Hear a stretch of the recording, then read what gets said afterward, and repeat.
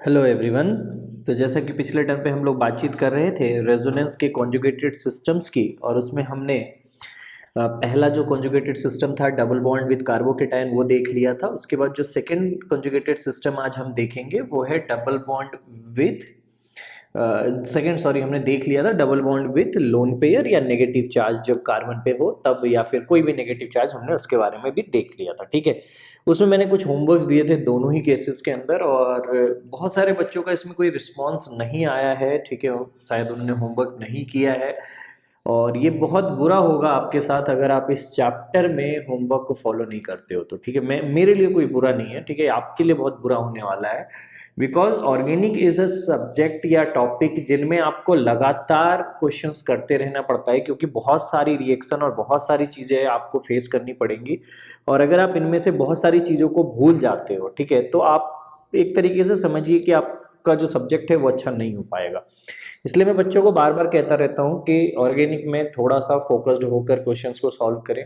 ठीक है, और अच्छे से करने की कोशिश करें, पर ज़्यादातर बच्चे इस बात को इग्नोर करते रहते हैं बार बार, और बाद में जब सिलेबस बहुत ज़्यादा बढ़ जाता है तो वो हमसे आकर ये कहते हैं कि सर अब हमारा जो कंटेंट है वो हम कैसे कवर करेंगे। उस टाइम फिर हमारे पास कोई ऑप्शन नहीं होता बच्चों को सिर्फ यही कहने के अलावा कि आप रटें या बार बार प्रैक्टिस करें। इसलिए मैं शुरू में ही बता दे रहा हूँ कि आप थोड़ा सा हैबिचुअल हो जाएं, थोड़ा सा आप इसमें चीज़ों को फॉलो अप करें, क्योंकि अगर आप अभी फॉलो अप नहीं करेंगे तो आगे जाकर आपको बहुत प्रॉब्लम होने वाली है इन टॉपिक्स में खास तौर पे। ठीक है, तो इसलिए प्लीज़ गो अहेड एंड, ठीक है, इसमें जो भी होमवर्क मिल रहा है उसको सॉल्व करिए, उसको कोशिश करिए कि आप सही सॉल्व कर पाए। चलिए, मैं नेगेटिव वाले में और लोन पेयर वाले में एक दो आज एग्जांपल्स लूंगा, उसके बाद फिर हम थर्ड सिस्टम की तरफ बढ़ेंगे या थर्ड केस की तरफ बढ़ेंगे जो कॉन्जुगेटेड सिस्टम्स के अंदर होता है। ठीक है, तो एक जो एग्जांपल मैं आज लेने वाला हूँ वो कुछ इस तरीके का मॉलिक्यूल है, और इस मॉलिक्यूल का एक स्पेशल नाम भी है, अभी आपको पता चलेगा थोड़ी देर बाद। तो यहाँ पे नाइट्रोजन है, ठीक है, और इसके पास एक लोन पेयर है, और ये हाइड्रोजन से क्या रहता है बेटा, बॉन्डेड रहता है। इस मॉलिक्यूल को पाइरोल कहा जाता है। इस मॉलिक्यूल को क्या कहा जाता है बेटा, पाइरोल मॉलिक्यूल कहा जाता है। और ये जो मॉलिक्यूल है, ये जो सिस्टम है जिसमें ये रेजोनेंस शो करेगा, ये सब इंपॉर्टेंट सिस्टम्स के पार्ट हैं, इसलिए आपको ये सब पता होना ज़रूरी है। ठीक है, तो ये हमें यहाँ पर देखने को मिलता है, और इसमें एक पूरा का पूरा सिस्टम ऑफ रेजोनेंस कैसे होता है। ये लोन पेयर जो है ये टेंड करता है इधर जाने के लिए, बॉन्ड बनाने के लिए, ये टूटेगा और इधर जाएगा। तो जब ये टूट कर इधर जाएगा तो होगा क्या कि इसको देखते चलिए, बहुत ही इंपॉर्टेंट एक इलस्ट्रेशन है ये। ठीक है, मैंने आपको बताया था कि कुछ इसमें से एक दो इलस्ट्रेशन मैं अपने पास ही रख रहा था कल, क्योंकि मुझे ये सॉल्व करके आपको दिखाना था। ठीक है, तो यहाँ पर इस तरीके से आ जाएगा। खैर, नाइट्रोजन से इलेक्ट्रॉन गए हैं तो इस पर पॉजिटिव चार्ज आएंगे, और यहाँ पर आ जाएगा नेगेटिव, और यहाँ पर येलो सेकेंड बॉन्ड जो पाई बॉन्ड है वो आ जाएगा। ठीक है, तो ये हमारे पास एक सिस्टम आ जाएगा जो रेजोनेंस के बाद जनरेट हुआ है। ठीक है, उसके बाद ये जो नेगेटिव चार्ज है ये आगे मूव करने की कोशिश करेगा बॉन्ड बनाने के लिए, ये इधर से टूटेगा इधर आएगा। तो जब ऐसा केस जनरेट होगा तो फिर से क्या होगा बेटा, एक 5 मेंबर ऐसा बन जाएगा जिसमें यहाँ पर तो पहले से ही पाई बॉन्ड है। ठीक है, और नाइट्रोजन के पास पॉजिटिव चार्ज भी पड़ा हुआ है। ठीक है, तो अब ये यहाँ पर पाई बॉन्ड आ जाएगा, नाइट्रोजन के पास पॉजिटिव चार्ज है, ये हाइड्रोजन से जुड़ा हुआ है, और क्योंकि यहाँ पर इलेक्ट्रॉन टूट कर आया तो यहाँ पर नेगेटिव आ जाएगा। ठीक है, यहाँ पर क्या आ जाएगा बेटा, नेगेटिव आ जाएगा। ठीक है, अब यहाँ पर जो ये नेगेटिव चार्ज है वो दोबारा टेंड करेगा यहाँ पर आने के लिए, और जब वो यहाँ पर आएगा तो ये बॉन्ड फिर टूट कर इधर जाएगा। ठीक है, मैं ज़्यादा एरोस नहीं यूज़ कर रहा हूँ ताकि डायग्राम जो है वो आपको साफ नज़र आए, नहीं तो आपको डायग्राम गंदा नज़र आएगा तो वो समझ में नहीं आएगा किधर से किधर इलेक्ट्रॉन मूव कर रहे हैं। ठीक है, जब मैं लिखता हूँ उस समय बोलता भी रहता हूँ ताकि आप उसको समझ सकें कि किधर से किधर इलेक्ट्रॉन की मूवमेंट के बारे में बात की जा रही है। तो यहाँ पे पॉजिटिव आ जाएगा, इस तरीके से पाई बॉन्ड इधर आ गया, और यहाँ पर इलेक्ट्रॉन आके एक्युमुलेट हो गए हैं, इसलिए यहाँ पर हम नेगेटिव चार्ज बना सकते हैं। क्लियर है, कोई डाउट तो नहीं है। ये वाला नेगेटिव फिर यहाँ पर जाने की कोशिश करेगा, ये फिर टूटकर इधर आएगा। ठीक है, अभी तक आप देखिए नेगेटिव चार्ज जो है वो सब पर धीरे धीरे जा रहा है। अगर मैं नंबरिंग करूं तो ये 1 है, ठीक है, इसको मैं 2 कह देता हूं, इसको मैं 3 कह देता हूं, इसको 4, इसको 5। तो आप देखेंगे कि 3 पर है यहाँ पर नेगेटिव, यहाँ पर जो नेगेटिव है वो 5 पर है, फिर यहाँ पर नेगेटिव 2 पर आया है। अभी जब मूव करेगा तो अब जो बनकर आने वाला है देखिए उसको ज़रा, तो कुछ इस तरह की ज्योमेट्री बनकर आएगी। यहाँ पे मुझे नाइट्रोजन नज़र आएगा, इस नाइट्रोजन के ऊपर यहाँ पे पॉजिटिव चार्ज होगा, ठीक है। और यहाँ पर हमारे पास क्या आ जाएगा बेटा, नेगेटिव चार्ज, और यहाँ पे एक पाई बॉन्ड और एक पाई बॉन्ड हमें यहाँ पर देखने को मिलेगा। ठीक है। और जो हम इस पाई बॉन्ड की बात कर रहे हैं, अब जो नेगेटिव है वो फोर्थ नाइट्रोजन पे, सॉरी फोर्थ कार्बन पे आ चुका है। तो लगभग जो नेगेटिव चार्ज था वो पहले दूसरे कार्बन से लेके पांचवें कार्बन तक हर पोजीशन पे कहीं ना कहीं जा रहा है। ठीक है। देख लो यहाँ पे पहले वाले में कहीं पे नहीं है, फिर दूसरे वाले में थर्ड पर है, फिर यहाँ पर फिफ्थ पे है, फिर यहाँ पे जो स्ट्रक्चर इसमें सेकंड में है, और इस वाले स्ट्रक्चर में फोर्थ पर है। ठीक है। तो हर एक जगह नेगेटिव चार्ज गया है, और पॉजिटिव जो है वो नाइट्रोजन पे लगातार बना हुआ है। तो अगर हम इसका रेजोनेंस हाइब्रिड ड्रॉ करें, पाइरोल का रेजोनेंस हाइब्रिड ड्रॉ करें, तो ये जो रेजोनेंस हाइब्रिड हमें नजर आएगा, ये कुछ इस तरीके से नजर आएगा कि यहाँ पर इसके ऊपर कुछ क्या होगा बेटा, डेल्टा पॉजिटिव होगा, और ये जो है ये पाई बॉन्ड तो पूरे में घूम रहा है सिस्टम में, तो ये पाई बॉन्ड पूरा इस तरीके से क्या होगा बेटा, घूमता रहेगा, और बाकी सारे कार्बन्स पे डेल्टा नेगेटिव रहेगा। बाकी सारे कार्बन्स पे क्या रहेगा बेटा, डेल्टा नेगेटिव रहेगा। तो ये इसका, ये बाकी सब रेजोनेंस स्ट्रक्चर हैं, और ये लास्ट में जो मैंने बनाया ये रेजोनेंस हाइब्रिड होगा। क्या होगा बेटा, ये रेजोनेंस हाइब्रिड होगा। तो इस तरीके से आप देख सकते हो कि जो रेजोनेंस था लोन पेयर का, वो किस तरीके से सिस्टम्स के अंदर होता है, और उसको किस तरीके से हम टैकल आउट करते हैं, वो सारी चीज़ें आपके सामने दे दी गई हैं। ठीक है। और पिछला वाला जो होमवर्क था उसमें मैं 2 क्वेश्चन और ऐड कर रहा हूँ। ठीक है। जिनको आप ट्राई करेंगे घर पे और मुझे आंसर भेजिएगा। ठीक है। तो ये एक तो इस मॉलिक्यूल को मैं जो दे रहा हूँ, इसको बहुत ही फेमस नाम से जाना जाता है, फ्यूरन नाम है इसका। ठीक है। ये आपको करना है, इस ऑक्सीजन पे जो लोन पेयर है उनके साथ रेजोनेटिंग स्ट्रक्चर बनानी है। दूसरा जो एग्जांपल मैं आपको दे रहा हूँ वो ये है। ठीक है। जिसमें मैं बेंजीन रिंग ले रहा हूँ, और बेंजीन के ऊपर मैं एक अमीन ग्रुप लगा रहा हूँ NH2, जिसके पास लोन पेयर भी होते हैं, आपको पता है। और इधर मैं लगा रहा हूँ C डबल बॉन्ड O, और इधर H। ठीक है। तो इन दोनों में आपको रेजोनेटिंग स्ट्रक्चर्स ड्रॉ करने हैं, और साथ ही आपको ये बताना है कि कितने रेजोनेंस हाइब्रिड बनेंगे। ठीक है। क्लियर है यहाँ तक, कोई डाउट तो नहीं है? तो ये चीज़ भी आपको यहाँ पर करके दिखाना है। ठीक है। अब हम बात करेंगे एक और स्ट्रक्चर की। ठीक है। और उसके बारे में भी देखेंगे जो थोड़ा सा इंपॉर्टेंट है, तो उसको आप एक नोट पॉइंट के अंदर ही देखेंगे। ठीक है। Case of pyridine. ठीक है। पेरिडीन का क्या केस है उसको हम समझते हैं। तो असल में पेरिडीन कौन सा मॉलिक्यूल होता है, सबसे पहले हम उसके बारे में बातचीत करते हैं। तो एक 6 मेंबर की इस तरीके की रिंग होती है प्रॉपरली पूरी की पूरी, और बस उसमें एक छोटा सा चेंज होता है कि यहाँ पर एक नाइट्रोजन होता है, जहाँ पर जनरली क्या बनाते हैं हम बेटा, जनरली हम यहाँ पर कार्बन बनाते हैं बेंजीन्स में, यहाँ पर उसकी जगह पे नाइट्रोजन रहता है। उसकी जगह पे क्या रहता है बेटा, नाइट्रोजन रहता है। बस इतना सा यहाँ पे फर्क आ जाता है, और इस स्ट्रक्चर को बोला जाता है पेरिडीन। इसका जो छोटा भाई था उसको हम पाइरोल बोल रहे थे, याद है? इसका जो छोटा भाई था उसको हम क्या बोल रहे थे बेटा, पाइरोल बोल रहे थे, जिसका अभी थोड़ी देर पहले मैंने सारे के सारे जो स्ट्रक्चर्स हैं वो बना के आपको दिखाया था। ठीक है। और ये जो दिख रहा है इसको पेरिडीन बोलते हैं। अब इस पेरिडीन में एक बहुत ही खास बात होती है, और वो खास बात ये है कि ये जो आपको लोन पेयर दिख रहा है नाइट्रोजन का, ये बेसिकली रेजोनेंस में पार्टिसिपेट नहीं करता। ये रेजोनेंस में पार्टिसिपेट नहीं करता। ठीक है। क्यों नहीं पार्टिसिपेट करता, यही इसका पॉइंट है। ठीक है। तो नोट पॉइंट जो है वो ये है कि लोन पेयर ऑफ पेरिडीन, किसका लोन पेयर बेटा, जो पेरिडीन का लोन पेयर है। ठीक है। Loan pair of pyridine is not involve, ठीक है, इन रेजोनेंस। किस में इन्वॉल्व नहीं है बेटा, ये रेजोनेंस में इन्वॉल्व नहीं होता है। ठीक है। अब सवाल ये भी आता है कि रेजोनेंस में क्यों इन्वॉल्व नहीं है। तो देखो मैं आपको बनाकर दिखाता हूँ, आपको थोड़ा आइडिया लगेगा। तो मान लो कि अगर मैं इस पूरी ज्योमेट्री को क्रिएट करूँ, तो ये कार्बन है, ये कार्बन है, यहाँ पर हमारा नाइट्रोजन है। ठीक है। इधर हमारे पास एक कार्बन है, इधर हमारे पास एक कार्बन है, यहाँ पर एक कार्बन है, यहाँ पर एक नाइट्रोजन है। ठीक है। अब इन सब के बीच में सिंगल बॉन्ड यूज हो चुका है। ठीक है। और बाकी सब जो है एक एक उससे बना चुके हैं। अब पाई बॉन्ड की कहानी को हम देखेंगे यहाँ पे। ठीक है। तो सबके पास जब पाई बॉन्ड बन रहा होगा, ध्यान दीजिएगा। ठीक है। सबके पास जब क्या हो रहा होगा बेटा, पाई बॉन्ड बन रहा होगा, तब कैसे हुआ होगा, तो ये मान लेते हैं कि ये दोनों कार्बन आपस में ज्वाइन हो गए, यहाँ पे पाई बना लिया इन्होंने। ठीक है। ये कार्बन और नाइट्रोजन ओवरलैप करके इन्होंने पाई बना लिया। ठीक है। ये और ये ओवरलैप करके यहाँ पर क्या बना लिया बेटा, पाई बना लिया। अब इसका जो प्लेन वाला ऑर्बिटल था, ठीक है, जो आपका ऑर्बिटल था वो यूज हो चुका है पाई बॉन्ड में। ठीक है। अब जो बचा हुआ पी ऑर्बिटल है इसके पास, ठीक है, जो बचा हुआ पी ऑर्बिटल होगा, इसमें लाई कर रहे होंगे क्या, लोन पेयर। ठीक है, इसमें क्या लाई कर रहे होंगे बेटा, लोन पेयर। तो जो जिस ऑर्बिटल में लोन पेयर लाई कर रहे हैं असल में वो परपेंडिकुलर प्लेन है। ठीक है, अगर आप देखोगे जो पाई बॉन्ड के पी ऑर्बिटल्स हैं और इसके बीच में जो पाई ऑर्बिटल है, इनके बीच में एंगल कितना है बेटा, 90 डिग्री का। इनके बीच का एंगल कितना है बेटा, 90 डिग्री का। तो जिसमें लोन पेयर लाई कर रहा है ये परपेंडिकुलर है उस sp2 ऑर्बिटल के जो रेजोनेंस में पार्टिसिपेट कर रहा है।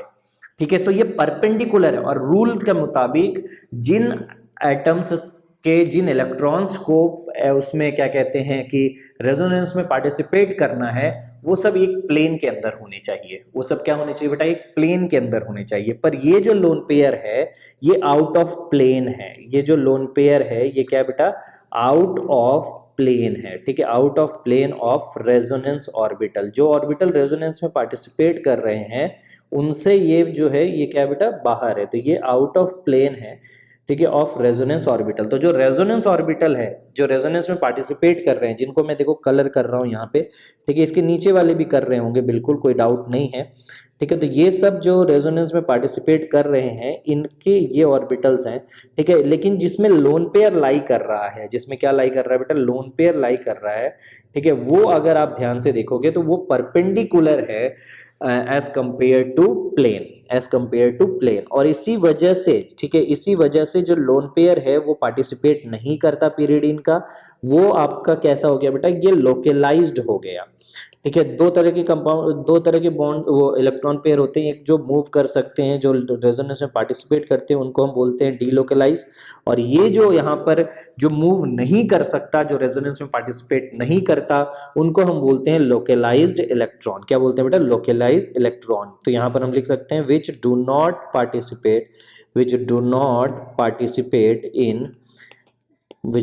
Participate in resonance. तो जो रेजोनेंस है उसमें ये पार्टिसिपेट नहीं करते हैं। ठीक है, तो इनको हम बोलते हैं लोकलाइज इलेक्ट्रॉन। क्या बोलते हैं बेटा, इनको हम लोकलाइज इलेक्ट्रॉन। और जो मूव कर सकते हैं, जिनके पास बगल वाले पी ऑर्बिटल से एक्सचेंज करने की क्षमता होती है, जो रेजोनेंस में पार्टिसिपेट करते हैं, उन्हें हम बोलते हैं डीलोकलाइज्ड इलेक्ट्रॉन। पहले भी मैंने ये बात आपको बताई हुई है। तो यहाँ पर जो पीरियडीन का लोन पेयर है वो परपेंडिकुलर है उस प्लेन के जो असल में रेजोनेंस में पार्टिसिपेट कर रही है, और इस वजह से वो पार्टिसिपेट नहीं कर पाता। तो जो रीजन हम यहाँ पर लिखते हैं वो ये लिखते हैं कि द लोन पेयर ऑफ, जो रीजन हम यहाँ पे लिखते हैं वो ये लिखते हैं कि द लोन पेयर ऑफ पीरियडीन, क्या लिखते हैं बेटा हम यहाँ पर, द लोन पेयर ऑफ पीरियडीन इन, ठीक है, ठीक है, ये जो sp2 ऑर्बिटल में मौजूद है, इन sp2 ऑर्बिटल, ठीक है, the lone pair of pyridine is, या in sp2 orbital is perpendicular to p orbital. ठीक है, इज परपेंडिकुलर, sp2 ऑर्बिटल में है ये लोन पेयर। ठीक है, तो क्योंकि हाइब्रिडाइजेशन में लोन पेयर पार्टिसिपेट करते हैं, पाई बॉन्ड पार्टिसिपेट नहीं करते हैं। ठीक है, तो ये जो लोन पेयर है, क्योंकि इसकी अगर हाइब्रिडाइजेशन निकाले नाइट्रोजन की तो कितनी आ रही है बेटा, sp2 आ रही है। तो ये sp2 है, मतलब इस नाइट्रोजन के sp2 ऑर्बिटल में लोन पेयर लाई करता है और वो परपेंडिकुलर है, इस परपेंडिकुलर टू, ठीक है, p ऑर्बिटल। ठीक है, किसके परपेंडिकुलर बेटा, p orbital involve in resonance. ठीक है, इस वजह से हम कह सकते हैं therefore it is not involve, therefore perpendicular होने की वजह से therefore it is not involve in resonance. क्योंकि रेजोनेंस में इन्वॉल्व होने के लिए उसे क्या होना पड़ता है बेटा, प्लेनर होना पड़ता है, उसी प्लेन का हिस्सा होना पड़ता है जिसमें रेजोनेंस आता है। तो ये पीरियडीन का केस है। पीरियडीन के जो नाइट्रोजन के लोन पेयर होते हैं वो पार्टिसिपेट नहीं करते, जबकि जो दूसरे वाले केस में हम देख रहे थे वहां पर वो पार्टिसिपेट करेंगे। ध्यान रखिएगा, जो पाइरोल वाला केस था, बॉन्डिंग का स्ट्रक्चर बनाकर वहां पे देख सकते हो। ठीक है, कोई दिक्कत आपको नजर नहीं आएगी, क्लियर है। लेकिन यहां पर ऐसा नहीं होगा, क्योंकि जिस ऑर्बिटल में वो लाई कर रहा है वो ऑर्बिटल और जिसमें ये पाई बॉन्ड बना रहा है वो दोनों ऑर्बिटल एक दूसरे के परपेंडिकुलर होंगे। तो ऑब्वियसली पाई बॉन्ड वाला पार्टिसिपेट कर जाएगा, क्योंकि उसको अगर ओवरलैप करना है तो कार्बन के पैरेलल होना पड़ेगा, और जो लोन पेयर है वो डायरेक्टली परपेंडिकुलर हो जाएगा और परपेंडिकुलर वाला पार्टिसिपेट नहीं कर सकता। तो ये पीरियडीन का केस है, बहुत इंपॉर्टेंट केस था। मैं इस पर थोड़ा जोर भी दिया, ज़्यादा टाइम भी लगाया, इसलिए क्योंकि ये पहला ऐसा केस था जहां पर तुम इसे देख रहे थे कि किस तरीके से ये चीज़ें तुम्हें नजर आती हैं।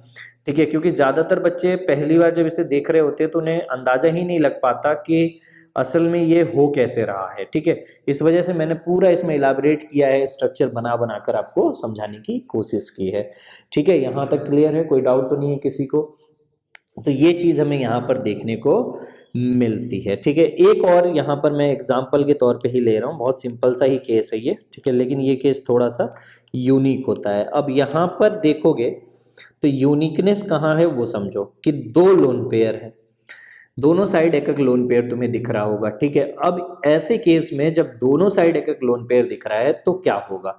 बेसिकली ये वाला जो लोन पेयर है ये ज़्यादा फ्री है, ये बॉन्ड बनाने आ सकता है यहाँ पे, और ये बॉन्ड टूटकर इधर भी जा सकता है, ठीक है। दोनों केसेस देख सकते हैं, कोई ऐसे जरूरी नहीं है कि यही एक केस होगा, पर यहाँ पर हमें पता है कि पाई बॉन्ड से ज़्यादा एक्टिव कौन सा लोन पेयर रहता है बेटा? जो इधर वाला है, ठीक है, क्योंकि यहाँ तो ऑलरेडी दो बॉन्ड है, तो ये तो अब और बॉन्ड बनाने के लिए टेंड नहीं करेगा। लेकिन ये जो जिसके पास एक ही बॉन्ड बना हुआ है, जो सेकंड वाला नाइट्रोजन है, ठीक है, वो टेंड कर रहा है बॉन्ड बनाने के लिए, और जब वो टेंड कर रहा है बॉन्ड बनाने के लिए तो ये वाला बॉन्ड टूटेगा, और अगर ये बॉन्ड टूटेगा तो हमारे पास आ जाएगा NH माइनस, क्योंकि इसके पास इलेक्ट्रॉन आ जाएंगे। यहाँ पर आ जाएगा CH double bond NH2 positive, क्या आ जाएगा बेटा? CH double bond NH2 positive. समझ में आया ये? तो ये चीज़ हमें यहाँ पर देखने को मिलेगी। ओवरऑल चार्ज अभी भी बैलेंस है, और अगर मैं इसका रेजोनेंस हाइब्रिड बनाऊँ तो ये आ जाएगा NH bond CH bond NH2, ठीक है, और यहाँ पर भी पाई बॉन्ड आ रहा है, यहाँ पर भी पाई बॉन्ड आ रहा है, इस तरीके से इसके ऊपर डेल्टा माइनस आ रहा है, और इसके ऊपर एक स्ट्रक्चर में डेल्टा पॉजिटिव आ रहा है, ठीक है। तो ये इसका क्या हो जाएगा बेटा? रेजोनेंस हाइब्रिड हो जाएगा। तो दो जब लोन पेयर होते हैं तो जो ज़्यादा एक्टिव लोन पेयर होता है, जो डबल बॉन्ड नहीं बल्कि सिंगल बॉन्ड के साथ मौजूद है, क्योंकि वो डबल करना चाहता है बॉन्ड बना के, उस वाले को हम पहले ले लेते हैं, ठीक है। अब हम आ जाते हैं केस नंबर 3 के अंदर, ठीक है। केस नंबर 3 जो है, ठीक है, ये बहुत ही इंपॉर्टेंट केस है, और ये इन जनरल थोड़ा सा कम समझ में आता है बच्चों को, ठीक है, और ये इसलिए भी कम समझ में आता है क्योंकि इसमें हम एक ही केस को इन्वॉल्व करते हैं बार बार, इस वजह से बच्चों को थोड़ा कम समझ में आता है। उसके बारे में हम लोग यहाँ पे बातचीत करेंगे, आपको चिंता करने की ज़रूरत नहीं है, बहुत ही क्लियर कट बात होगी, ठीक है। ये डबल बॉन्ड का कॉन्जुगेशन होता है डबल बॉन्ड के साथ। किसका कॉन्जुगेशन होता है बेटा? डबल बॉन्ड का कॉन्जुगेशन होता है डबल बॉन्ड के साथ, ठीक है। तो इन सिस्टम्स में हम जब बात करते हैं कि केस नंबर 3 जो मैं पढ़ाने जा रहा हूँ आपको कॉन्जुगेटेड सिस्टम का, ठीक है, यहाँ पे आप लिख सकते हो केस नंबर 3, हेडिंग डाल लो केस नंबर 3, ठीक है। ये थोड़ा सा उटपटांग सा है, इस वजह से इसमें थोड़ा कम समझ में आता है बच्चों को, पर मुझे उम्मीद है कि मैं आपको सही तरीके से कन्वे कर पाऊंगा, तो आप समझ पाओगे, ठीक है। तो double bond in conjugation with double bond, ठीक है। तो डबल बॉन्ड का कॉन्जुगेशन किसके साथ हो रहा है बेटा? ये डबल बॉन्ड के साथ ही कॉन्जुगेशन हो रहा है, ठीक है। तो डबल बॉन्ड का कॉन्जुगेशन जब डबल बॉन्ड के साथ होता है, और यहाँ पे जब हम केस ले रहे हैं तो हम सर्कुलर केसेस ले रहे हैं, ठीक है, रिंग वाले केसेस ले रहे हैं, नॉर्मल वाले केसेस की बात हम नहीं कर रहे हैं। नॉर्मल वाला भी केस होते हैं, उनके बारे में भी हम लोग बातचीत करते हैं, पर यहाँ पे मैं उसके बारे में थोड़ा सा बातचीत नहीं कर रहा हूँ। मैं यहाँ पे बात कर रहा हूँ जब हम रिंग का पार्ट होते हैं, ठीक है। आप रिंग का पार्ट हो भी या ना भी हो तो भी चलता है, ऐसी कोई बहुत बड़ी बात नहीं है ये, ठीक है, लेकिन हम यहाँ पर बात कर रहे हैं रिंग्स की, ठीक है। तो पाई बॉन्ड का जब हम वो देखते हैं कि किस तरीके से ये चलता है, तो हमें ये समझना है कि वो एक सर्कुलर वे में होता है, ठीक है, सर्कुलर वे में इलेक्ट्रॉन मूव करते हैं, ठीक है। और दूसरी बात ये होती है कि हमें इसमें इलेक्ट्रॉन्स असल में कहीं मूव नहीं कर रहे होते हैं, ठीक है। हमें लग रहा होता है कि इलेक्ट्रॉन्स कहीं मूव हो रहे हैं, पर एग्जैक्टली जो इलेक्ट्रॉन्स हैं वो कहीं पे भी मूव नहीं हो रहे होते हैं, ठीक है, वो एक ही जगह पे रहते हैं, बस उनका जो डबल बॉन्ड की पोजीशन है वो मूव कर रही होती है, ठीक है। तो कैसे बनाते हैं ज़रा उसको मैं आपको दिखाता हूँ। जैसे मान लो कि ये बेंजीन की अगर मैं बात करूँ थोड़ा सा, तो यहाँ पर है, यहाँ पर है, यहाँ पर ये माना जाता है कि, इसको मैं थोड़ा बड़ा बनाता हूँ, ठीक है। तो मान लो कि इस तरीके की एक पूरी बेंजीन रिंग बनी हुई है हमारे सामने, ठीक है, और ये यहाँ पर है, यहाँ पर है, यहाँ पर, तो ये इधर आ रहा है, ये उसी टाइम पे इधर जा रहा है, और वो उसी टाइम पे इधर जा रहा है। तो एक पॉसिबल जो इसका रेजोनेटिंग स्ट्रक्चर बनाया जाता है वो कुछ इस तरीके का बनाया जाता है कि ये इधर आ गया, ये इधर आ गया, ये इधर आ गया, ठीक है। अच्छा, इसमें ज़रूरी नहीं है कि क्लॉकवाइज जाओ एंटी क्लॉकवाइज जाओ, आप किसी भी तरह से जा सकते हो, दोनों तरफ से सेम ही कहानी बनकर मिलेगी, क्योंकि असल इलेक्ट्रॉन कहीं पे मूव नहीं कर रहे हैं, ठीक है। तो ये जैसे हो गया, तो इसके कितने रेजोनेटिंग स्ट्रक्चर्स हो गए बेटा, इसके यहाँ पर हम कह सकते हैं कि इसके 2 रेजोनेटिंग स्ट्रक्चर्स हो गए, ठीक है। और हाइब्रिड आपको पता ही है कि इसका हाइब्रिड कैसा बनता है, हाइब्रिड कुछ इस तरीके का बनकर आएगा कि एक बेंजीन होगा और ये जो डबल बॉन्ड है ये सारे एटम्स के बीच क्या हो रहा होगा बेटा, शेयर हो रहा होगा, ठीक है। इसी तरह की कुछ कहानी ये देखने को मिलती है जब 2 बेंजीन रिंग्स एक दूसरे में अटैच हो जाती हैं, ठीक है। क्या हो जाता है बेटा, 2 बेंजीन की रिंग्स जो हैं वो एक दूसरे में अटैच हो जाती हैं कुछ इस तरीके से, और आपको पता है इस मॉलिक्यूल को नैप्थलीन कहा जाता है। इस मॉलिक्यूल को क्या कहा जाता है बेटा, नैप्थलीन। जैसे ऊपर वाले को बेंजीन कहा जाता है, वैसे ही इसका जो नाम होता है वो होता है नैप्थलीन, ठीक है। आपको ये सब नोमेनक्लेचर सिस्टम जो है वो मैंने 11th क्लास में बहुत डिटेल में बता रखा है। तो यहाँ पर यहाँ पर यहाँ पर आ जाएगा, ये नैप्थलीन का अरेंजमेंट है, ठीक है। अब नेप्थलीन में जब ये अरेंजमेंट आती है तो अब पाई बॉन्ड को अरेंज करते हुए आप कितनी पॉसिबल ज्योमेट्रीज बना सकते हो वो देखो। तो क्या करते हैं हम लोग, सबसे पहले एक रिंग, अच्छा एक बात मैं यहाँ पे थोड़ा सा और बताना चाहूंगा, मैं स्ट्रक्चर से उसको आपको समझाता हूँ अभी, ठीक है। तो सबसे पहले इस वाले में करा दो, ठीक है, सबसे पहले इस वाले में करा दो। तो ये इधर आ गया, ये इधर आ गया, ये इधर आ गया। एट द टाइम एक ही रिंग में कराओ तो आपको ज़्यादा बेहतर समझ में आएगा, ठीक है। इस रिंग में जैसे ही कराए, यहाँ पे डबल बॉन्ड, यहाँ पे डबल बॉन्ड, यहाँ पर ये आ गया, और यहाँ पर जो कार्बन है वो कुछ इस तरीके से आ जाएंगे, यहाँ पर, यहाँ पर। अब ये जो पाई बॉन्ड दिख रहा है ना, जो ब्रिज पर है, ये दोनों रिंग का हिस्सा होता है, ठीक है। ये दोनों रिंग का हिस्सा होता है, ये एक रिंग का पार्ट नहीं होता, ठीक है। ये दोनों रिंग्स में पाई बॉन्ड की तरह ही काम कर रहा होता है। क्यों कर रहा होता है, आप एक ऑर्बिटल डायग्राम देखिए, आपको समझ में आएगा, ठीक है। तो मैं नैप्थलीन का ही ऑर्बिटल डायग्राम बना रहा हूं ताकि आपको थोड़ा ज्यादा क्लियर हो जाए। तो मान लो कि ये कार्बन है, ये कार्बन है, यहाँ पर एक कार्बन आ गया, यहाँ पर एक कार्बन, और यहाँ पर एक कार्बन आ गया, ठीक है। ये मैंने नैप्थलीन बना दिया। दूसरी तरफ इधर एक कार्बन, इधर कार्बन, इधर एक कार्बन बना दिया, इधर एक कार्बन, एक इधर कार्बन, ठीक है। यहाँ पर एक पाई बॉन्ड होगा, यहाँ पर, इस तरीके से हमने पाई बॉन्ड बनाने शुरू कर दिए, मान लो, ठीक है। चलो, थोड़ा सा डायग्राम अच्छा नहीं बन रहा है, एक सेकेंड, मैं थोड़ा सा अलग तरह का डायग्राम बनाने की कोशिश करता हूँ। तो इसको थोड़ा मिटा देता हूँ, 3D दिखाने की कोशिश कर रहा हूँ मैं। आता तो नहीं है मुझे 3D डायग्राम, लेकिन बना देता हूँ मैं। तो कुछ इस तरीके से मैं रिंग्स को इंडिकेट कर रहा हूँ, ठीक है। 3D बनाने का मतलब है पचका दिया जाए इनको, ठीक है। तो ये हो गया, और इधर मान लो कि ये कार्बन है, इस तरीके से एक और दूसरी रिंग्स जो बात हो रही है उसकी ये है, ठीक है। अब देखो यहाँ पे इनके बीच में पाई बॉन्ड बनाना है हमें, किस तरीके से हम बनाएंगे वो देखना ओवरलैपिंग से, और तुम्हें नजर आएगा कि वो जो पाई बॉन्ड बन रहा है वो दोनों रिंग का हिस्सा हो जाएगा। तो इन दोनों के बीच में एक बॉन्ड बना, पाई बन गया, इन दोनों के बीच में बना, ये पाई बन गया, ठीक है। इन दोनों के बीच में जो बना है वो एक पाई हो गया, ठीक है। मैं नीचे बना रहा हूँ ताकि गंदा ना लगे, ये पाई बना रहा हूँ। अब देखो जो इसके बीच में बन रहा है, ठीक है, जो यहाँ पे पाई बॉन्ड बन रहा है ये असल में दोनों रिंग का पार्ट है, हाँ कि ना। तो ये जो ब्रिज वाले पाई बॉन्ड होते हैं ना, ये दोनों रिंग्स को पार्टिसिपेट करते हैं, ये दोनों रिंग्स में ही पाई बॉन्ड की तरह काम करते हैं, ठीक है। तो चाहे तो तुम उस स्ट्रक्चर को देखो, इस रिंग के अंदर पाई बॉन्ड को इंक्लूड करते हुए लिख दो इस तरीके से, ठीक है। रिंग 1 में पाई बॉन्ड डाल दो, ठीक है, तो भी वो उस उधर काउंट होगा। या फिर इसी को इस तरीके से भी लिखा जा सकता है कि ये मैं 1 फर्स्ट रिंग कह रहा हूँ और इसे मैं सेकंड रिंग कह रहा हूँ, ठीक है। और या फिर उसको इस तरीके से लिख दो कि इधर और इधर और इधर आ जाए, ठीक है। तो ये दोनों ही जो है ये क्या है बेटा, सेम है। ये दोनों क्या है, सेम है, क्योंकि जिसकी पोजीशन आप बदल रहे हो वो ब्रिज वाला बॉन्ड है, और ब्रिज वाला जो पाई बॉन्ड होता है ये दोनों रिंग्स को कंट्रीब्यूट कर रहा होता है, ये दोनों रिंग्स को क्या कर रहा होता है बेटा, कंट्रीब्यूट कर रहा। तो आप इस डायग्राम को बिल्कुल क्लियरली देख सकते हो, समझ सकते हो कि ये जो पाई बॉन्ड है उस रिंग का भी पार्ट है और इस रिंग का भी पार्ट है, क्योंकि वही 2 एटम्स के बीच में बॉन्ड बनना है, ठीक है। तो कोई दूसरा पाई बॉन्ड वहां पे नहीं जनरेट हो सकता। क्लियर है, यहां तक कोई डाउट तो नहीं किसी को।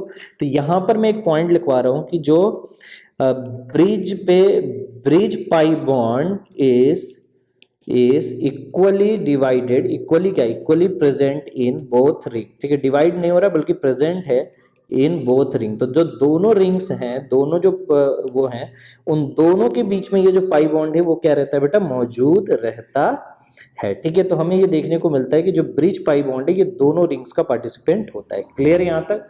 अब आ जाते हैं नैप्थेलिन वाले पे। तो अब ये जबकि इस वाली रिंग का पार्ट है, ठीक है, अब इसको मान लो चाहे इधर लिखो चाहे इधर लिखो, कोई फर्क तो पड़ता नहीं है। तो इसको मैं दूसरी तरफ से ऐसा भी लिख सकता हूँ। ठीक है, मैं बार बार और लिख के नहीं समझाऊंगा, बस अभी समझा रहा हूँ। ठीक है, तो ये इधर भी मैं इसको लिख सकता हूँ, हाँ कि ना। अब इधर वाला रिंग को दोबारा रेजोनेंस करा दो। ठीक है, पहले हमने इस वाले रिंग में कराया था, ठीक है, अब हम इस वाले रिंग में करा दे रहे हैं। जो फर्स्ट रिंग है इसको बोल देता हूँ, सेकंड रिंग इसको बोल देता हूँ। तो अब सेकंड रिंग में हम सबको घुमा सकते हैं। सेकंड रिंग में एक बार सबको घुमा दो, तो सेकंड रिंग में ये इधर गया ये इधर आया, इस तरीके से इसको घुमा देते हैं। तो अगर सेकंड रिंग में हम घुमा दें तो हमारे पास जो नया स्ट्रक्चर बनकर आएगा वो कुछ ऐसा आ जाएगा कि यहाँ यहाँ, ठीक है, और ये हमारा ऐसा हो जाएगा। ठीक है, दिख रहा है? तो देखो ये स्ट्रक्चर अलग है, ये जो पहला स्ट्रक्चर है ये अलग है, दूसरा स्ट्रक्चर जो है वो अलग है, तीसरा स्ट्रक्चर जो है वो अलग है। पाई बॉन्ड की पोजीशन तीनों में अलग है। अब कोई भी अदर कोई केस तुम ड्रॉ करके देखोगे तो सेम ज्योमेट्री अपीयर हो जाएगी। ठीक है, सेम पाई बॉन्ड अपीयर हो जाएगा। तो कोई और रेजोनेटिंग स्ट्रक्चर्स नहीं बनाई जा सकती, तो इसमें सिर्फ 3 रेजोनेटिंग स्ट्रक्चर्स बनाई जा सकती हैं। तो बेंजीन की 2 होती हैं, नेप्थेलिन की 3 होती हैं। ठीक है, नेप्थेलिन की कितनी होती है बेटा? 3 रेजोनेटिंग स्ट्रक्चर्स होती हैं। क्लियर है यहां तक? चलो अब 3 बेंजीन्स के साथ वाला केस ले लेता हूं मैं। तो मान लो कि 3 बेंजीन्स वाला जो केस है जिसे हम कहते हैं एंथ्रासीन, क्या कहते हैं बेटा हम इसे? एंथ्रासीन। ठीक है, 3 बेंजीन के केस में 2 केसेस बनते हैं, अभी आपको बताऊंगा थोड़ी देर पहले बाद। तो यहां पर हम एंथ्रासीन की बात कर रहे हैं, और एंथ्रासीन में जो होता है उसमें 3 बेंजीन रिंग्स जुड़ी होती हैं और एक साथ जुड़ती हैं वो। ठीक है, मतलब एक दूसरे के बगल बगल में। तो इस तरीके की रिंग्स बनी होती हैं, ध्यान से देखिएगा। ये आ गई हमारे पास 3 बेंजीन रिंग्स। ठीक है, इनके अंदर इस तरीके से अरेंज है, और इसके अंदर जो इलेक्ट्रॉन है वो ऐसा ऐसा और ऐसा है, मान लेते हैं। ठीक है, अब पहला केस कब जनरेट किया जा सकता है? जब हम पहली रिंग को घुमा दें। ठीक है, जब किसको घुमा दे बेटा? हम पहली रिंग को घुमा दें। ठीक है, मैं सबको नाम दे रहा हूं, यहाँ पे रिंग नंबर 1 कह रहा हूं, ठीक है, इसको 2 कह रहा हूं, इसको 3 कह रहा हूं। मान लो मैंने पहली रिंग में ही रोटेशन कर दिया इलेक्ट्रॉन्स का, यानी ये इधर आ गया, ये इधर आ गया और ये इधर आ गया। तो जब पहला वाला केस का आप वो कर रहे हो तो उस केस में आपको ये देखने को मिलेगा कि इस तरीके से आएगा, और इलेक्ट्रॉन एक बार रीअरेंज हो जाएंगे, और रीअरेंज होने के बाद क्या हो जाएगा बेटा? ये इधर ये इधर ये इधर आ जाएगा। ठीक है, ये इधर ये इधर। अभी सेकेंड और थर्ड को हमने नहीं छुआ है। ठीक है, अब ये वाला जो पाई इलेक्ट्रॉन है जो ब्रिज पर मौजूद है, जो यहाँ पर रिंग 1 और 2 के बीच में मौजूद है, वो दूसरे वाले साइड का भी हिस्सा हो सकता है। तो क्यों ना उसको भी घुमा दिया जाए। तो अगर सेकेंड वाली रिंग को हम घुमा दें, ठीक है, किसके अबाउट घुमा रहे हैं बेटा? हम रिंग 2 के अबाउट घुमा रहे हैं। तो अगर हम रिंग 2 के अबाउट घुमाएंगे तो देखो क्या होगा, ये तो यहीं रहेगा। अब रिंग 2 के इलेक्ट्रॉन्स मूव होंगे। ठीक है, रिंग 2 के जब इलेक्ट्रॉन्स मूव होंगे तो ये इधर आएगा, ये हमारा इधर जाएगा, और ये वाला जो है ये इधर जाएगा। ठीक है, तो ये इस तरीके से रोटेट होगा, तो ये आ जाएगा यहाँ, ये यहाँ, ये यहाँ, और बाकी सब सेम रहेगा। ठीक है, बाकी सब क्या रहेगा बेटा? सेम रहेगा। अब ये जो इलेक्ट्रॉन यहाँ पर दिख रहा है थर्ड वाली रिंग को देखो ध्यान से, ये भी तो एक बार रोटेट हो सकती है। ठीक है, ये कैसे रोटेट हो जाएगी? ये जो पाई इलेक्ट्रॉन है ये इधर आ जाए, ये इधर मूव कर जाए, और ये क्या हो जाए बेटा? इधर मूव कर जाए।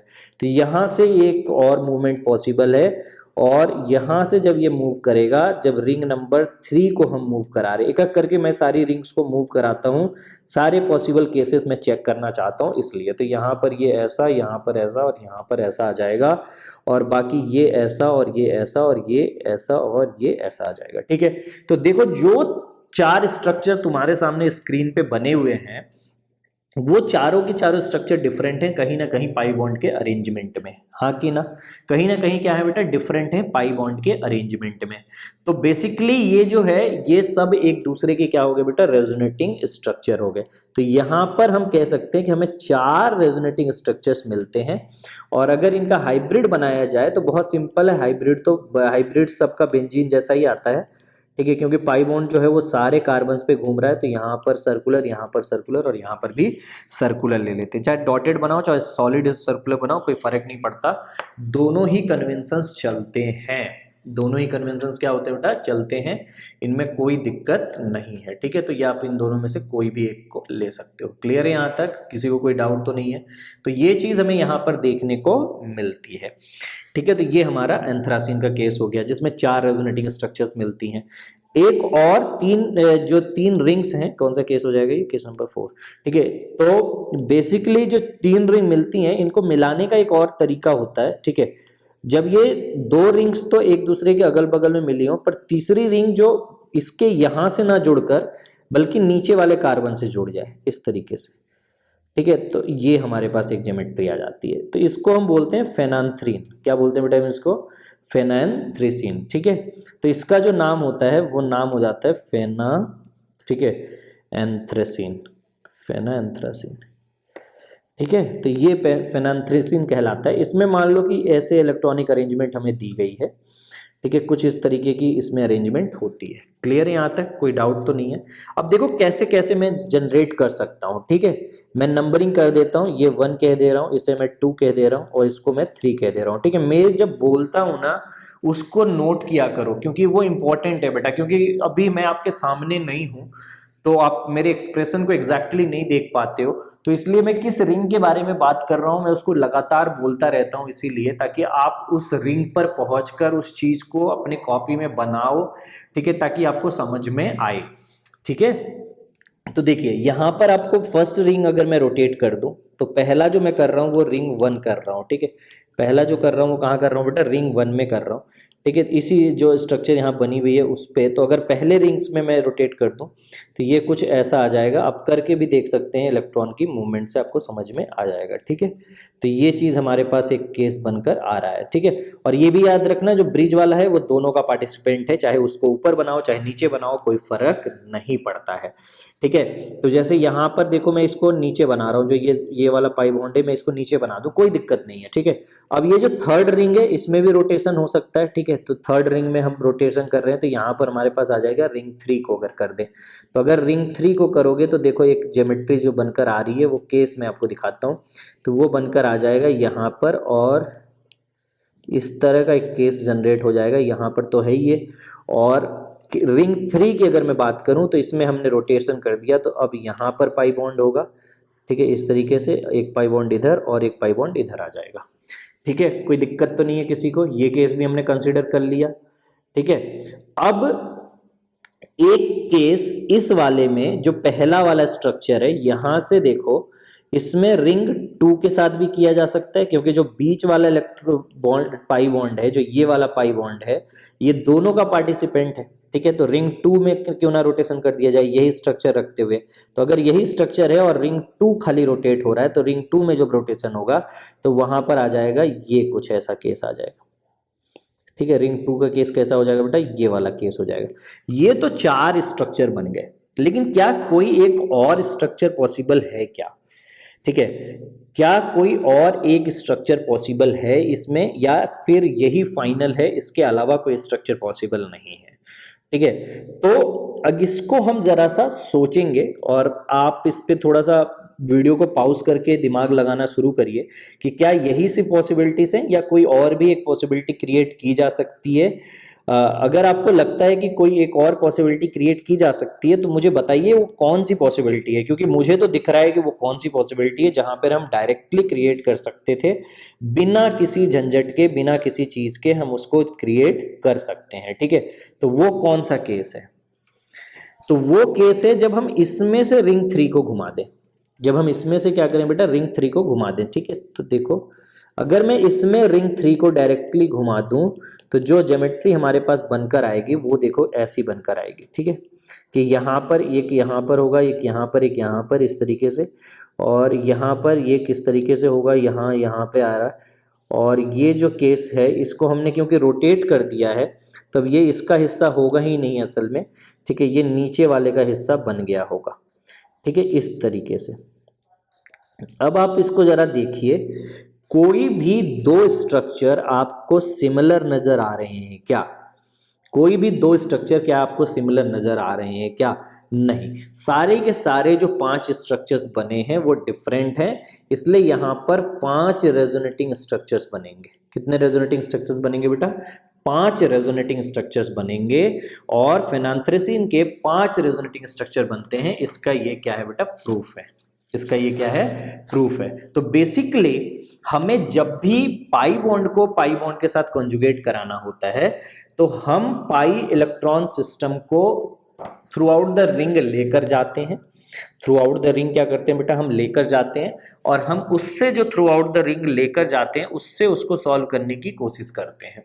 थ्रू आउट द रिंग जो हम उसे लेकर जाते हैं, हम उसके अबाउट क्या करते हैं बेटा? उसको सॉल्व करने की कोशिश करते हैं, और इसी से हमारा आंसर निकल कर आता है। इसी से हमारा आंसर क्या होता है बेटा? निकल कर आता है। यही इसका रूल है, इसी तरीके से ये किया जाता है। ठीक है, there are other methods also. ठीक है, ये एक लौते मेथड नहीं है। मैं बार बार बता दूं कि बहुत सारे बच्चे सोचते हैं कि एक लौता मेथड है। नहीं, एक लौता मेथड नहीं है, और भी कई मेथड्स हैं, बट वो थोड़े कॉम्प्लिकेटेड हैं एज कम्पेयर टू जो मैंने आपको यहाँ पर बताया है। ठीक है, तो आप उन मेथड्स में ना फंसें, और इससे बड़े सिस्टम्स भी आ सकते हैं, इससे छोटे सिस्टम्स भी आ सकते हैं, लेकिन जनरली ये सिस्टम बहुत कॉमन है। जो ज्यादातर सवाल पूछे जाते हैं वो इन्हीं पे पूछे जाते हैं। ठीक है, तो या तो आप इनको याद रख सकते हो, और याद रखना उतना फायदेमंद नहीं होगा, क्योंकि असल में रटने से काम नहीं चलता। इसमें आपको एग्जैक्टली हर बार स्ट्रक्चर डिफरेंट दी जाती है। कैसे दिए जाते हैं वो मैं एक होमवर्क क्वेश्चन के थ्रू दे रहा हूं, और मुझे उम्मीद है कि आप सब वो होमवर्क क्वेश्चन जरूर करके आएंगे। ठीक है, तो अगर आप सब करोगे तो मजा आएगा मुझे भी डिस्कस करने में, नहीं करोगे तो मजा नहीं आएगा डिस्कस करने में। सही बता रहा हूं मैं। ठीक है, तो मैं आपको कुछ एग्जाम्पल्स ले रहा हूं जो रिंग का ही केसेस हैं, इसी के पाई बॉन्ड इन कॉन्जुगेशन, और उसके साथ कुछ सिस्टम्स को मिक्स कर रहा हूं। जो पहले 2 सिस्टम्स हमने पढ़े हैं ना, केटायन वाले और लोन पेयर और नेगेटिव चार्ज वाले, उनको मिक्स कर रहा हूं, तो थोड़ा और इंटरेस्टिंग केसेस जनरेट हो जाएंगे। ठीक है, बहुत बड़े बड़े एग्जांपल्स हैं ये, लेकिन करो इनको, मजा आएगा। ठीक है, अगर नहीं बनेगा कोई बात नहीं, बहुत कुछ सीखने को मिलेगा। ये सब इंटरेस्टिंग एग्जांपल्स हैं। ठीक है, आपको क्या करना है वो समझिए। तो क्वेश्चन ये है कि late the total resonating structure of, ठीक है, पहला जो केस है, वो पहला जो मॉलिक्यूल है वो है ऐसा कुछ, बेंजीन है। ठीक है, यहाँ पे, और बगल में एक 5 मेंबर का रिंग लगी हुई है। ठीक है, इस तरीके से ले सकते हो, या ऐसा ले लो, एक 5 मेंबर की यहाँ पे नाइट्रोजन लगा दिया हमने।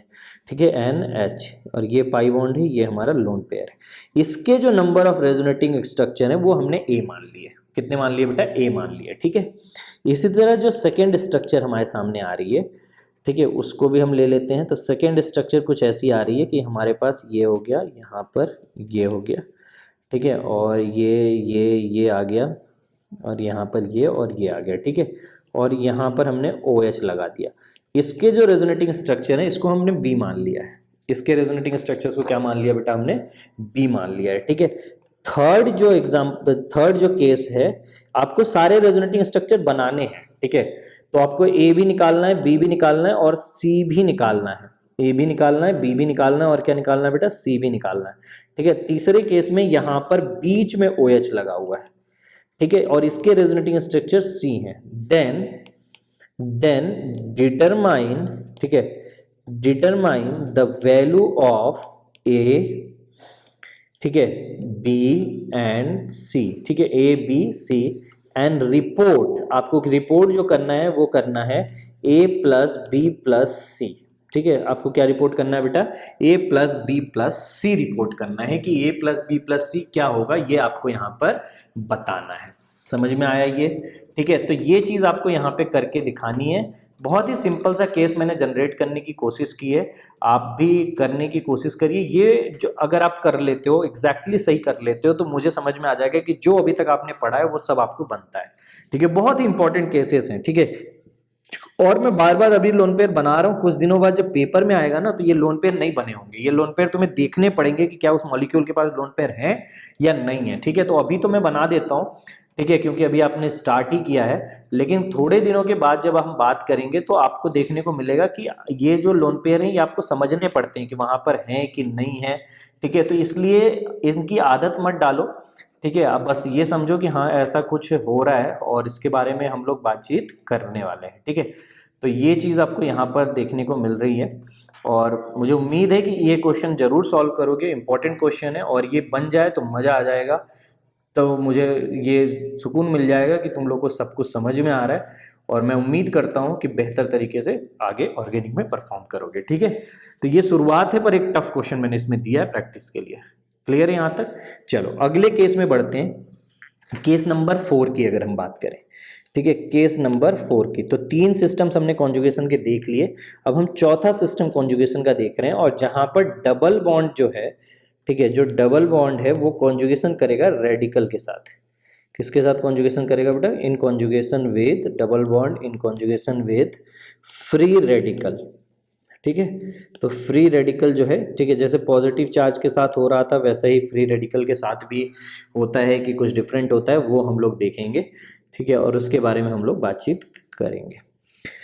फ्री रेडिकल वाले केसेस में जो हम डिस्ट्रीब्यूशन करते हैं इसमें चार्ज डिस्ट्रीब्यूट नहीं होते, फ्री इलेक्ट्रॉन्स डिस्ट्रीब्यूट होते हैं। क्या डिस्ट्रीब्यूट होते हैं बेटा? फ्री इलेक्ट्रॉन डिस्ट्रीब्यूट होते हैं। ठीक है, तो हम लोग जहाँ पे डेल्टा प्लस डेल्टा माइनस अभी तक लिखते आए हैं, अब वहाँ पर हम डेल्टा डॉट लिखेंगे। क्या लिखेंगे बेटा? हम लोग वहाँ पे डेल्टा डॉट लिखेंगे। ठीक है, और डेल्टा डॉट इसलिए लिखेंगे क्योंकि जो डेल्टा डॉट है, ठीक है, वो ये बताता है कि हाँ यहाँ पर क्या कहते हैं कि रेडिकल है पर पार्शियली इसके पास है, पार्शियली उसके पास है। इसका मतलब ये नहीं हुआ कि इलेक्ट्रॉन डिस्ट्रीब्यूट हो गया, ध्यान रखना, ये सिर्फ एक रिप्रेजेंटेशन का तरीका है। ठीक है, जो हम टाइम टू टाइम यूज करते हैं। तो देखो जैसे एग्जांपल लेता हूँ, एक केस ले लेता हूँ यहाँ पे। तो मान लो कि हमारे पास सबसे पहला जो आता है वो CH2 double bond CH bond CH2 radical आ रहा है। ठीक है, अब इसमें क्या होता है, जब इसका रेजोनेंस होता है तो इसमें एक पाई इलेक्ट्रॉन इधर जाता है, ये वाला इधर आता है और ये वाला जो है वो इधर जाता है। इलेक्ट्रॉन की मूवमेंट कुछ इस तरीके से होती है इसमें, और इसकी वजह से जो एक सिंगल इलेक्ट्रॉन मूवमेंट की वजह से इस पर रेडिकल आ जाएगा। यहाँ पर बन जाएगा CH, यहाँ पर डबल बॉन्ड CH2 की तरह। जैसा पॉजिटिव चार्ज में होता है ना, कुछ वैसा ही होता है यहाँ पर। ठीक है, बस यहाँ पे एक पूरा का पूरा इलेक्ट्रॉन पेयर मूव कर रहा था, यहाँ इलेक्ट्रॉन पेयर मूव नहीं करेगा, एक इलेक्ट्रॉन मूव करेगा। क्या मूव करेगा बेटा? एक इलेक्ट्रॉन मूव करेगा। और एक इलेक्ट्रॉन इसलिए मूव कर रहा है क्योंकि अगर आप ध्यान से देखोगे और समझने की कोशिश करोगे तो आपको ये जरूर समझ में आएगा कि बेसिकली जो सिस्टम हमने क्रिएट किया है, जो हमने क्या क्रिएट किया है बेटा? सिस्टम क्रिएट किया है। ठीक है, उस सिस्टम की अगर हम बात करें तो यहाँ पर 2 इलेक्ट्रॉन नहीं जा सकते, क्योंकि अगर 2 इलेक्ट्रॉन जाएंगे तो पाई बॉन्ड 3 इलेक्ट्रॉन के साथ तो बन नहीं सकता, इसलिए एक ही इलेक्ट्रॉन को हमें मूव कराना पड़ रहा है। इसलिए हम क्या कर रहे हैं बेटा? एक ही इलेक्ट्रॉन को मूव करा रहे हैं। ठीक है, तो हम लोग इसीलिए यहाँ पर एक ही इलेक्ट्रॉन को मूव कराते हैं। ठीक है, कोई दिक्कत तो नहीं किसी को यहाँ तक? इस तरीके से अब इसका जब हम इक्विवेलेंट स्ट्रक्चर बनाते हैं, तो इक्विवेलेंट जब हम बनाएंगे, जब इसका रेजोनेंस हाइब्रिड बनाएंगे तो ये कुछ इस तरीके से बनता है। H2S बॉन्ड CH, यहाँ पर बॉन्ड CH, इसके पास डेल्टा डॉट रहता है, इसके पास भी डेल्टा डॉट रहता है, और इसके बीच में पाई बॉन्ड क्या करता है बेटा? अपना घूमता रहता है। इन दोनों के बीच में पाई बॉन्ड क्या होता रहता है बेटा? घूमता रहता है। ठीक है, ये चीज़। अच्छा, कुछ बच्चों ने मुझे रेजोनेंस वाले पे होमवर्क में शायद सेंड भी किया होगा, और उन बच्चों को मैं 1-2 दिनों में रिप्लाई कर दूंगा। ठीक है, जैसे ही सबके आ जाते हैं मैं इकट्ठा ही चेक कर लूँगा।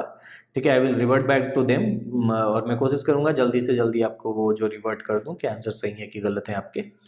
ठीक है, तो चिंता मत करो, वो हो जाएगा, उसके बारे में आपको चिंता करने की जरूरत नहीं। You send me the homework, अगर उसमें कुछ बहुत बड़ी गलती होगी मैं तुरंत रिप्लाई कर दूंगा, अगर वो सही है लगभग तो मैं थोड़ी दिनों में आपको बता दिया करूंगा। ठीक है, सेकेंड अगर इसमें बात करें केस की, तो एक केस हम ले लेते हैं कि मान लो ये बेंजीन है और बेंजीन के इधर हमने एक CH2 रेडिकल लगा रखा है और यहाँ पर पाई बॉन्ड, यहाँ पर पाई बॉन्ड है। ठीक है, अब मान लो ये बॉन्ड बनाने के लिए इधर आ रहा है, तो इसमें क्या होगा? 2 इलेक्ट्रॉन है, दोनों एक इधर जाएगा और एक इधर टूट के आएगा, तभी तो बॉन्ड बनेगा, क्योंकि दोनों एक साइड मूव नहीं कर सकते। ठीक है, तो यहाँ पर हमारे पास आ जाएगा CH2 और यहाँ पर क्या आ जाएगा बेटा? रेडिकल। फिर वही कहानी होगी, रेडिकल फिर रेजोनेट करेगा और रेजोनेट करने के बाद यहाँ पर तो CH2 ही रहेगा, यहाँ पर आ जाएगा तो ये अब रेडिकल यहाँ आ जाएगा और यहाँ पे डबल बॉन्ड बन जाएगा, यहाँ पे डबल बॉन्ड बन जाएगा। फिर ये रेडिकल आगे जाएगा रेजोनेंस करने के लिए और अब की बार वो यहाँ पे पहुँच जाएगा, यहाँ पे आ जाएगा CH2 और ये जो डबल बॉन्ड है ये इस तरीके से आ जाएगा। अब अगर ये दोबारा करता है, जैसे यहाँ पर आएगा, ठीक है, डबल बॉन्ड बनाने के लिए। तो बेसिकली वो केस रिपीट कर जाएगा, ठीक है, जो पहला वाला था, ठीक है, जो पहला केस बनकर आ रहा है उसी को क्या कर जाएगा बेटा, वो रिपीट कर जाएगा। लेकिन क्या एग्जैक्टली रिपीट होगा? नहीं, एग्जैक्टली रिपीट नहीं होगा, क्योंकि जो पाई बॉन्ड की पोजीशन है विद इन द रिंग वो डिफरेंट है, ठीक है। यहाँ पर देखो जो पाई बॉन्ड है और यहाँ पर जो पाई बॉन्ड है फर्स्ट और फिफ्थ स्ट्रक्चर के अंदर, वो दोनों डिफरेंट पाई बॉन्ड्स हैं, ठीक है। इसलिए ये सारे के सारे क्या हो जाएंगे बेटा, रेजोनेटिंग स्ट्रक्चर काउंट हो जाएंगे। तो यहाँ पर 5 रेजोनेटिंग स्ट्रक्चर्स बन रहे हैं, और अगर इनके बेसिस पे ही हाइब्रिड बनाना हो तो कुछ इस तरीके का केस बनेगा कि यहाँ पर हमारा क्या है बेटा, CH2 है, और पाई बॉन्ड यहाँ से लेकर पूरी रिंग में क्या हो रहा है बेटा, डिस्ट्रीब्यूट हो रहा है। रेडिकल कहाँ कहाँ गया, यहाँ पर है, फिर यहाँ पर है, फिर यहाँ पर है, और फिर यहाँ पर है। तो रेडिकल कुछ इस तरीके से डिस्ट्रीब्यूट हो रहा है। क्लियर है यहाँ तक? किसी को कोई डाउट तो नहीं है? बहुत सिंपल से केसेस हैं, पर अगर छोटे मोटे दिक्कतें आते हैं तो वो मैं आपको यहीं पे बता दिया करूँगा, ठीक है। चलो आगे बढ़ते हैं। और भी रेडिकल वाले में बहुत सारे केसेस नहीं लेते हैं हम लोग, ठीक है। रेडिकल वाले में हम लोग कम ही केस लेते हैं, ठीक है। जैसे एक केस और मैं ले लेता हूँ रेडिकल वाले में ही, ठीक है, कि रेडिकल वाले में एक केस और हम लोग ले लेते हैं, कुछ इस तरीके का बना लेते हैं कि मान लो ये CH2 डबल बॉन्ड CH, ठीक है, बॉन्ड यहाँ पर है CH, radical bond CH double bond CH2, ठीक है।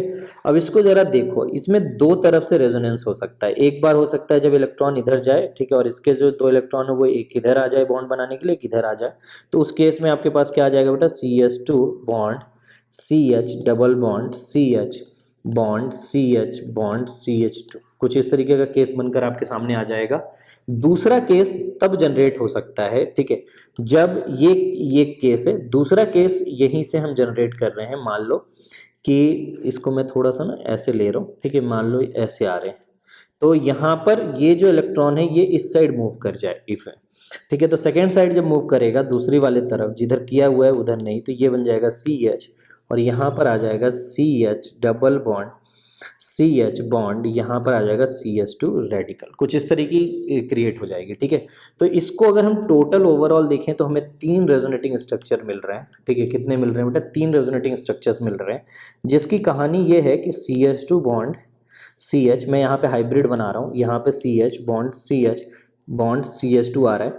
जो पाई बॉन्ड है वो यहाँ पर भी आया, फिर यहाँ पर भी आया है, ठीक है। सेकेंड स्ट्रक्चर को देखें जरा ध्यान से, यहाँ पर भी आया है, थर्ड स्ट्रक्चर में यहाँ पर पे तो है ही, ठीक है। और डेल्टा डॉट जो है वो यहाँ पर है, यहाँ पर है, और यहाँ पर है, ठीक है। तो इस तरीके का हम यहाँ पर क्या बना सकते हैं बेटा, रेजोनेंस हाइब्रिड बना सकते हैं, ठीक है। तो ये हमें यहाँ पर बनाकर दिख रहा है। तो ये सारे केसेस जो हैं ये जनरेट किए जा सकते हैं अलग अलग तरीके से, और ये सारे जो केसेस हैं ये इंपॉर्टेंट केसेस भी होते हैं। क्लियर है यहाँ तक? कोई डाउट तो नहीं है किसी को? तो ये सारी चीज़ें मैंने आपको आज के लेक्चर में बता दिया है। अब जो 2 केसेस बच जाते हैं, ठीक है, जो 2 केसेस बच जाते हैं वो बहुत ही ज़्यादा इंपॉर्टेंट केसेस हैं, और उनके बारे में हम लोग अभी बातचीत करने जा रहे हैं। तो उनको ज़रा ध्यान से देखिएगा। रेडिकल्स कभी भी टफ नहीं रहे हैं, रेडिकल्स जो हैं वो बहुत आसान है, क्योंकि वो पॉजिटिव चार्ज की तरह ही बिहेव करते हैं, तो उनको आसानी से हम बना सकते हैं। बस थोड़ा सा डिफरेंस ये होता है कि इसके पास पहले से एक इलेक्ट्रॉन रहता है, उनके पास पहले से कोई इलेक्ट्रॉन नहीं रहता है, ठीक है। अब केस नंबर 5 और केस नंबर 6 ये इंपॉर्टेंट क्यों है? क्योंकि ये इन जनरल हमें नहीं दिखते हैं, ये इन जनरल हमें नहीं दिखते हैं, ठीक है। इस वजह से ये रेजोनेंस जो है ये यूनिक हो जाते हैं, हमें देखना पड़ता है, इनको हमें देखना पड़ता है, ठीक है। कैसे दिखेंगे वो समझो, वो सारी चीज़ें मेरा काम है समझाना, ठीक है। केस नंबर 5 बहुत ही ज़्यादा इंपॉर्टेंट केस है, इसको देखिए। केस नंबर 5 है जब लोन पेयर और वेकेंट ऑर्बिटल एडजेसेंट एटम में मौजूद हो, यानी अगल बगल में मौजूद हो, ठीक है। तो हम यहाँ पर कहेंगे कि केस नंबर 5 क्या है बेटा, कि लोन पेयर, ठीक है, and vacant orbital, lone pair and vacant orbital, ठीक है, ऑन एडजेसेंट और ऑन एडजेसेंट पोजीशन, ठीक है, ऑन एडजेसेंट एटम कह सकते हैं, ठीक है। तो अगर एडजेसेंट एटम में मौजूद है उस केस में क्या होता है, जरा समझो इस केस को, ठीक है।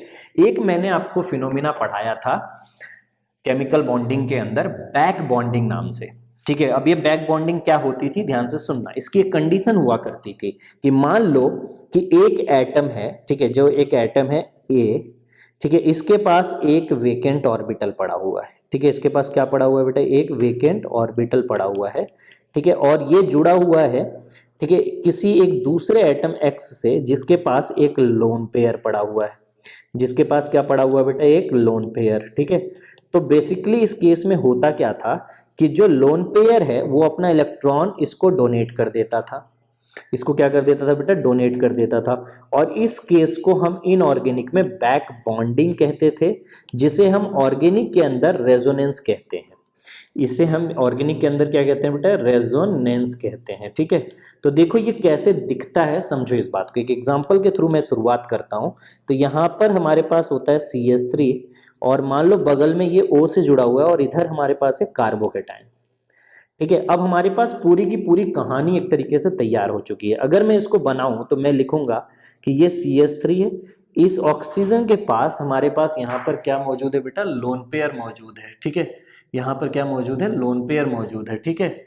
तो यहाँ पर हमारे पास एक लोन पेयर जैसा केस आ रहा है, ठीक है। और उसके बाद हम यहाँ पर क्या करेंगे, जरा उसको ध्यान से देखो। तो ये हमारे पास यहाँ पर क्या आ गया बेटा, एक लोन पेयर आ गया, ठीक है, और बगल में हमारे पास एक CH2 आ गया है, बगल में हमारे पास एक क्या आ गया बेटा, CH2, ठीक है, जिसके पास एक वेकेंट ऑर्बिटल है। जो CH2 है उसके पास क्या है बेटा, एक वेकेंट ऑर्बिटल है, ठीक है। तो ये जो लोन पेयर हमें दिख रहा है, ठीक है, ये इसमें क्या कर देगा बेटा, डोनेट कर देगा, और जैसे ही ये डोनेट करेगा तो इसके ऊपर, खुद के ऊपर क्या आ जाएगा बेटा, पॉजिटिव चार्ज आ जाएगा, खुद के ऊपर क्या आ जाएगा बेटा, पॉजिटिव चार्ज। तो यहाँ पर आ जाएगा ये CH3 bond O double bond CH2, ठीक है, डबल बॉन्ड यहाँ पर क्या आ जाएगा बेटा, CH2।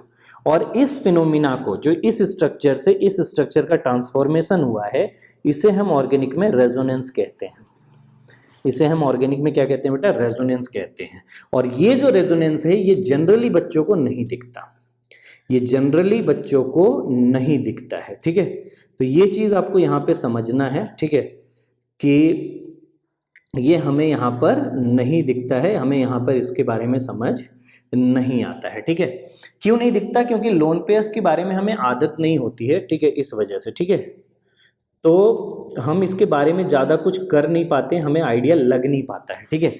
कैसे, देखो अब यहाँ पर जब ये बगल में ऑक्सीजन के पास लोन पेयर है, अगर ये बना के दे देगा तो समझ में आ जाएगा, लेकिन अगर ये बना के नहीं दिया हुआ है तो ये दिखेगा ही नहीं, ठीक है। इसको तो मिक्स कर जाओगे, कैसे मिक्स कर जाओगे वो भी देख लो। जैसे दूसरा वाला एग्जांपल ले लो, मान लो यहाँ पर CH3 है, यहाँ पर NH है, ठीक है, और यहाँ पर हमारे पास CH2 पॉजिटिव है, ठीक है।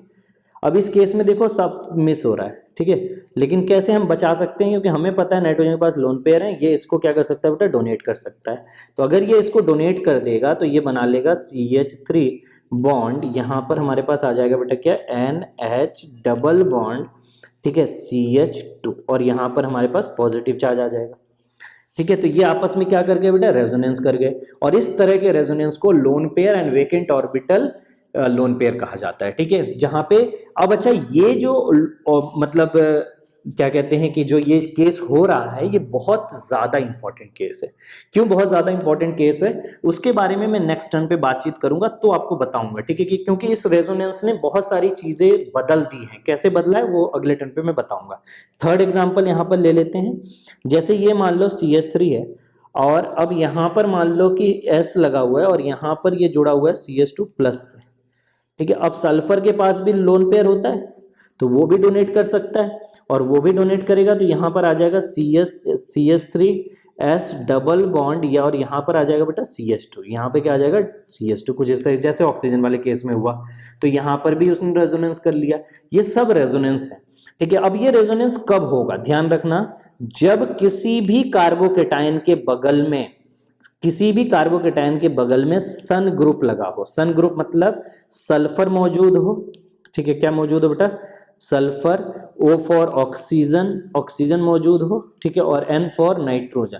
तो अगर पॉजिटिव चार्ज के बगल में बेटा बैठा हुआ है, मतलब सन बैठा हुआ है, तो इस तरह का रेजोनेंस हमें देखने को मिलता है।